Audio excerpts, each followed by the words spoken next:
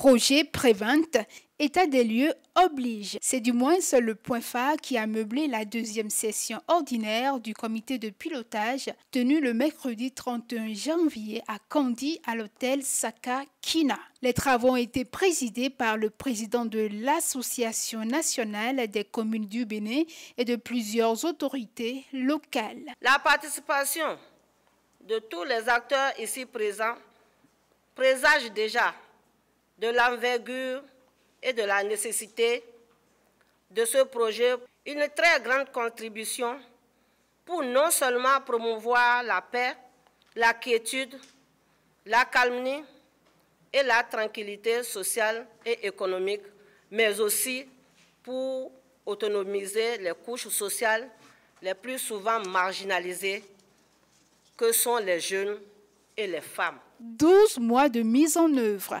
C'est la période écoulée après le lancement officiel des activités du projet de prévention de l'extrémisme violent par l'autonomisation des jeunes et des femmes à Malanville et Segbena. Et les résultats sont probants. Grâce à ce projet, des jeunes et des femmes de nos communes ont pu être formés et accompagnés dans la création de leur propre activité génératrice de revenus. Ils ont ainsi été en mesure de se développer d'un point de vue économique et social et ont ainsi réduit leur vulnérabilité face aux influences radicales et violentes. Au nombre de celles-ci, on peut citer la sélection et la mise en formation professionnelle de 50 jeunes déscolarisés dans les métiers tels que la couture, la coiffure, le make-up, la soudure, la menuiserie, la sérigraphie, la peinture, la mécanique auto et moto dans les deux communes.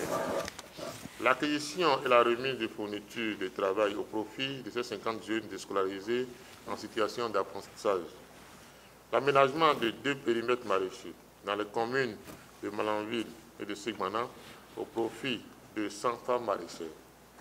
L'acquisition des équipements maraîchers tels que les brouettes, les désherbeuses, les houes, les arrosoirs, les gants, les pelles, les souffles, les cibles, les tanks à eau, les bacs de récolte et des sécateurs au profit de ces 100 femmes.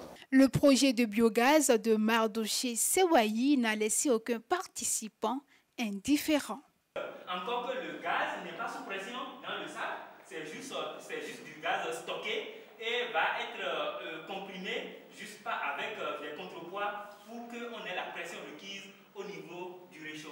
Le projet Prévente, mis en œuvre par l'Association nationale des communes du Bénin et cofinancé par l'Union européenne, a un coût global de 421 053 € pour un apport de 400 000 € par l'Union européenne et 21 053 € par la NCB. Il faut rappeler que cette deuxième session a eu pour objectif d'examiner les progrès réalisés, les défis rencontrés et d'envisager des mesures pour les relever en vue de la consolidation de la paix au Bénin.